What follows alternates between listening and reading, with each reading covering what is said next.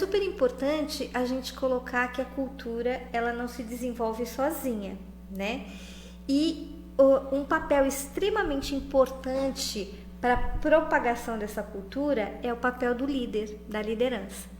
E aí, quando a gente fala em liderança, às vezes você pode imaginar uma empresa grande, cheia de líderes. Não, é a liderança sua, do dono para baixo, né?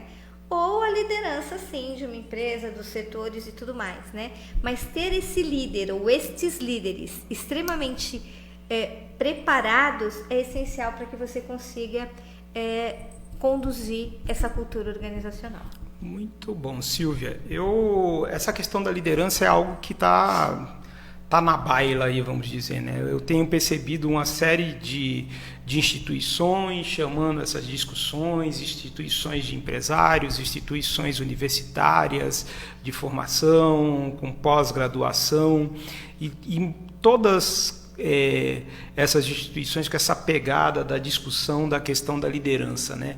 E é bom que o empresário perceba, não só o empresário, mas também aquele funcionário que já ocupa, né, uma posição de liderança dentro das empresas, a importância de entender o que é uma liderança, né? Porque de repente o cara pensa que ser líder é mandar, só eu mando mais que o outro e pronto, né? Então, e não é isso, né, Silvia? A gente tem aí um contexto, né, que é da liderança, vamos dizer, um conjunto de adjetivos para que a pessoa possa ser um líder, para que ele possa atuar, para que ele possa fazer, para que ele possa atingir aquilo que a gente vem falando bastante aqui, né, o propósito da instituição, o propósito da empresa, né? Uhum. Então, uma das coisas importantes que eu gostaria até de pontuar aqui, eu acho que isso passa também muito pela questão da liderança, é a própria questão que utiliza-se muito o termo da retenção de talentos, né? Precisa reter talentos. E muitas vezes essa liderança ela pode até prejudicar nessa questão, né?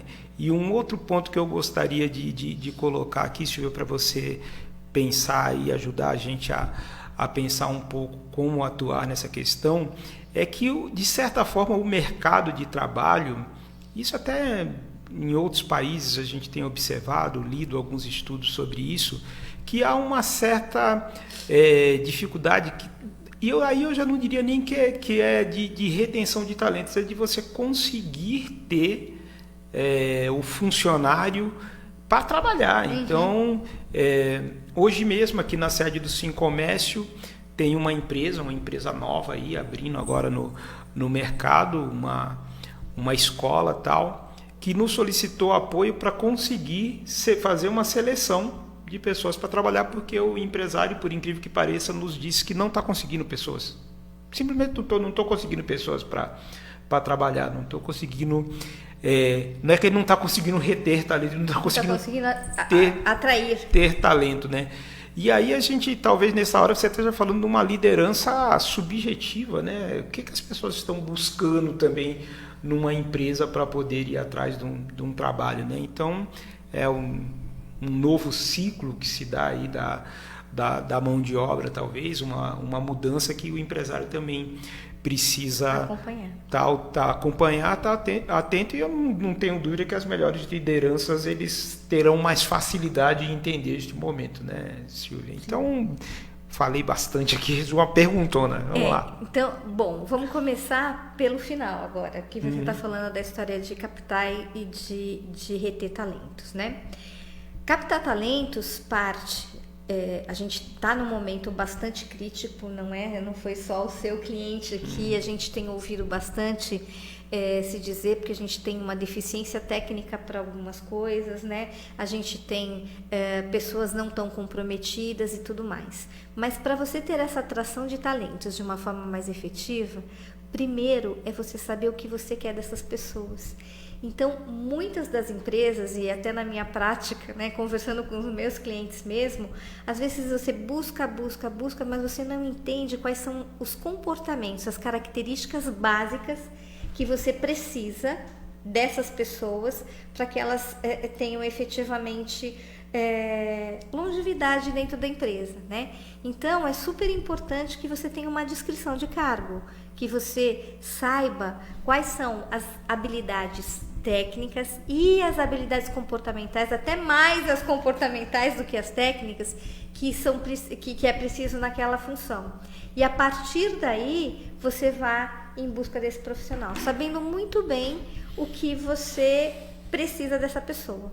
Quando eu digo muito mais as comportamentais, é porque o técnico você ensina, né? O técnico, sei lá, fazer uma planilha de Excel, né? De repente você consegue ensinar, se não é uma posição tão técnica assim, você consegue estar ensinando, a pessoa consegue vir com conhecimento de fora e adaptar, mesmo que seja um conhecimento técnico maior e tal, né? Só que o comportamento, que é o que está ligado aos valores dessa empresa, da cultura dessa empresa, isso precisa estar muito claro, porque às vezes a gente encontra técnicos maravilhosos, pessoas que sabem fazer tudo, mas que não se enquadram no perfil da empresa. E aí você tem dificuldade, às vezes, para atrair, mas com certeza você vai ter dificuldade de reter. E quando as empresas estão muito preocupadas na retenção de talentos, né, é legal ficar atento, porque se você está preocupado em reter, é porque você não tem o desenvolvimento desses talentos dentro da empresa. Então a gente precisa primeiro pensar em atrair muito bem essas pessoas, de acordo com o perfil da empresa e com as necessidades que a gente tem internamente, e desenvolver essas pessoas, né? Você foge um pouco da questão da remuneração quando você diz isso, né? Porque de repente o empresário ele acaba enxergando assim, bom, eu posso reter esse talento, eu posso ter esse funcionário bom, eu vou pagar mais. Mas não é só isso, não então, é só isso que você está querendo dizer. Não é só isso. Quando eu estou falando do desenvolvimento, eu estou falando do engajamento, do pertencimento, do desenvolvimento dentro da empresa mesmo, e aí sim, falar de promoção, de tudo que pode ter, né? Mas o desenvolvimento de uma forma geral.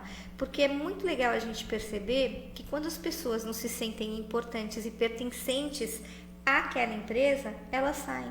Então, antes de eu pensar em reter, eu tenho que pensar em desenvolver para que ela se sinta engajada e queira estar nessa empresa, né? Até onde a empresa e elas tiverem um casamento interessante, né? Mas é muito importante ter isso em mente, né? Porque hoje se falar em retenção de talentos é a mesma coisa que dizer que eu estou sendo ineficiente na condução do processo internamente, né?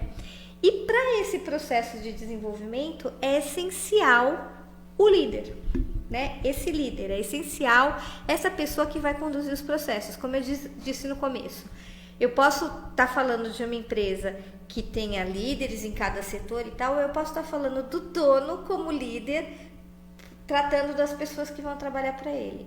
É da mesma forma muito importante que se tenha a visão da necessidade desse papel desse líder nesse desenvolvimento para que a pessoa esteja na empresa, né?